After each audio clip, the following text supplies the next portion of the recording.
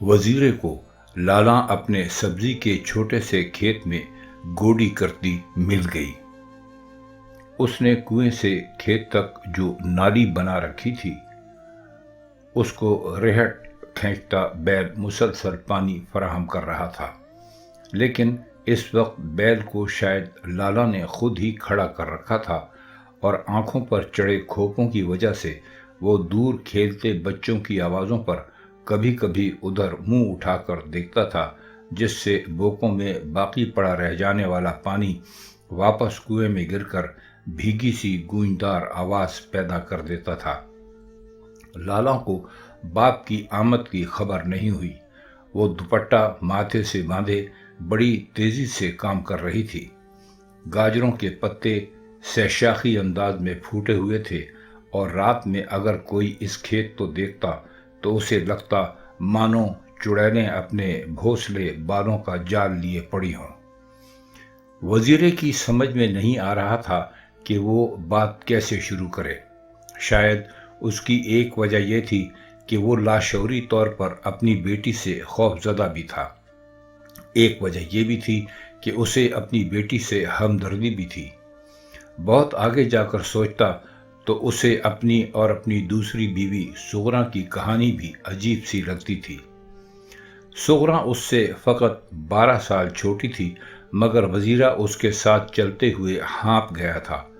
منشی جمال الدین اور لالا کی عمروں میں تو آدھوں آدھ کا فرق تھا۔ وہ جھجک کر سوچتا، 10 سال بعد کیا ہوگا؟ ہو سکتا ہے منشی ایک آدھ بچہ بھی جما دے، پھر کیا ہوگا؟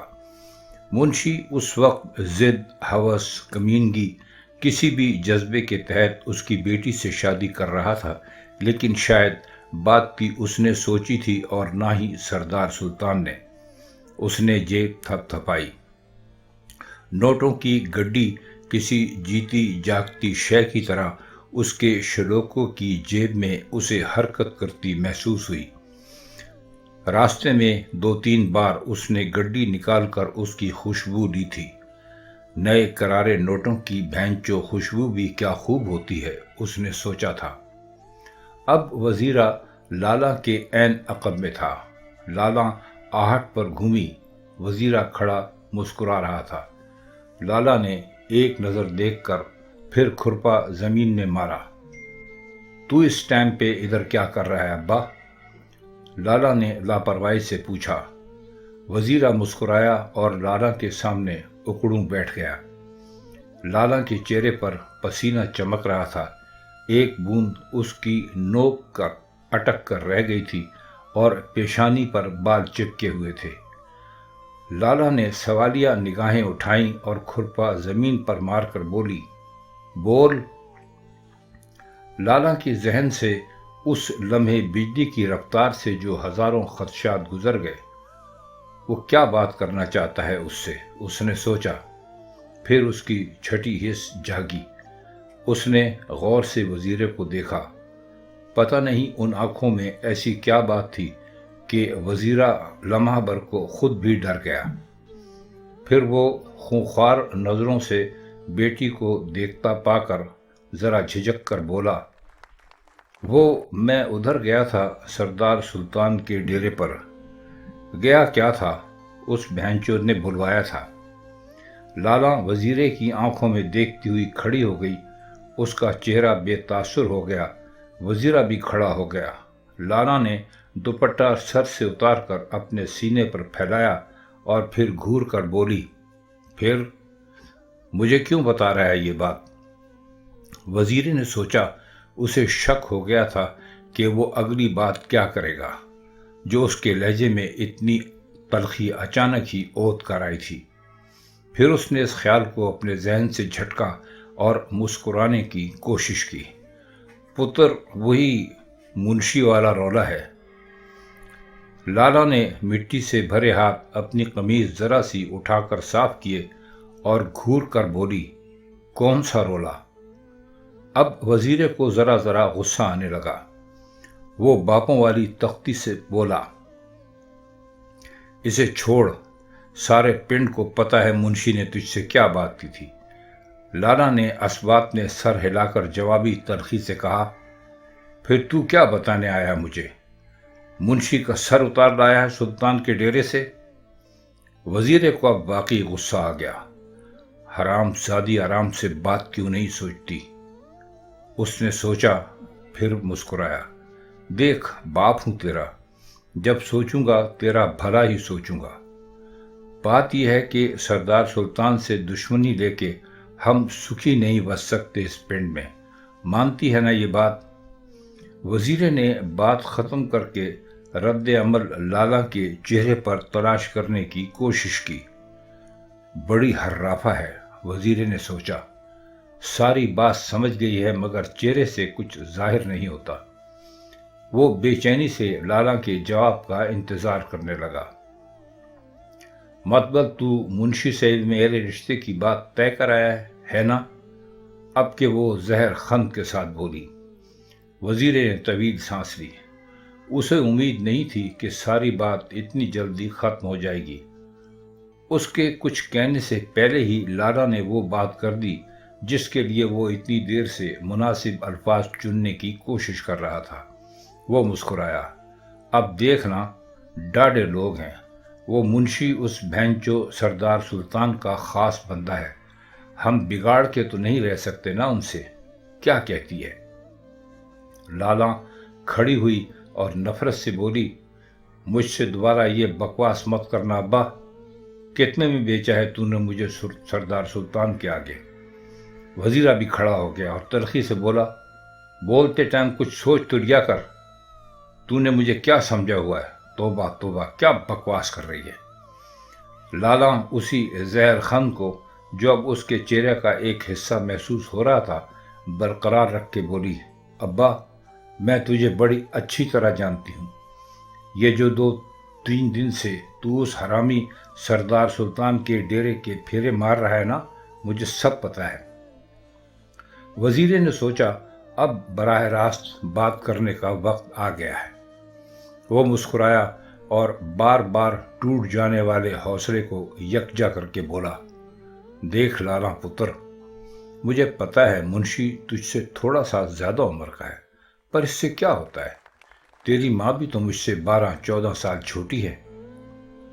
اس نے ایک بار پھر بیٹی کے چہرے پر اپنی بات کا رد عمل تلاش کرنے کو اسے غور سے دیکھا۔ لالا تلخی سے بولی، تجھے 1000 دفعہ کہا ہے اس عورت کو میری ماں مت کہا کر، میری ماں مر گئی ہے۔ وزیرہ اس موضوع پر زیادہ بات نہیں کرنا چاہتا تھا۔ وہ قدرے خوش آمدانہ لہجے میں بولا، اچھا چل دفع کر، کیا کہتی ہے؟ لالا نے وزیرے کو خونبار نگاہوں سے دیکھا اور زمین پر تھوک کر بولی، مار لوں گی خود کو، پر اس اوترے منشی سے شادی نہیں کروں گی، سنا تو نے؟ اور اگر تو نے دوبارہ یہ بات کی نا تو گھر چھوڑ دوں گی۔ وزیرے کی جیب میں نوٹوں کی گڈی کسی کینچری بدلتے سانپ کی بے قراری کے ساتھ سرسرائی۔ اس نے جیب کو مضبوطی سے تھاما جیسے نوٹوں کے باہر نکل جانے کا خوف ہو، اور دانت کچکچا کر بولا، میں سب جانتا ہوں حرام زادی، تیرا ٹانکا کس کے ساتھ لگا ہوا ہے آج کل؟ لالا مسکرائی اور باپ کی نیت بھانپ کر دل ہی دل میں اسے قصوروار ٹھہرانے کا فیصلہ کر کے بولی، پتہ ہے تو میرا بیاہ کیوں نہیں کرا دیتا اس کے ساتھ؟ وزیر نے ایک آخری کمزور دلیل دینے کی کوشش کی، نورے کے ساتھ؟ جانتی نہیں وہ ہماری برادری سے باہر کا ہے؟ لالا کو باپ کی بودھی دلیل کا جیسے انتظار تھا۔ وہ تڑک کر بولی، نورا باہر کا ہے تو منشی کون سا تیرا سگا ہے ابا؟ مجھ سے پھر یہ بات نہ کرنا۔ کوئی اور موقع ہوتا تو شاید وزیرہ طرح دے جاتا، مگر اس وقت منشی کے دیے ہوئے نوٹ اس کی جیب سے بار بار نکلنے کو مچل رہے تھے، اور اس نے جیب میں ہاتھ ڈال کر انہیں بڑی مشکل سے روک رکھا تھا۔ 10,000 میں کتنے ہی کام ہو سکتے تھے۔ وہ سغراں کی نظروں میں سرخ رو ہو سکتا تھا۔ سغراں اسے سالوں سے تانے دے رہی تھی کہ وہ کب اسے کنگن بنوا کر دے گا۔ جب بھی وہ جوا کھیلتا اسی نیت سے کھیلتا کہ اس بار اگر جیت گیا تو سغراں کو کنگن بنوا کر ضرور دوں گا،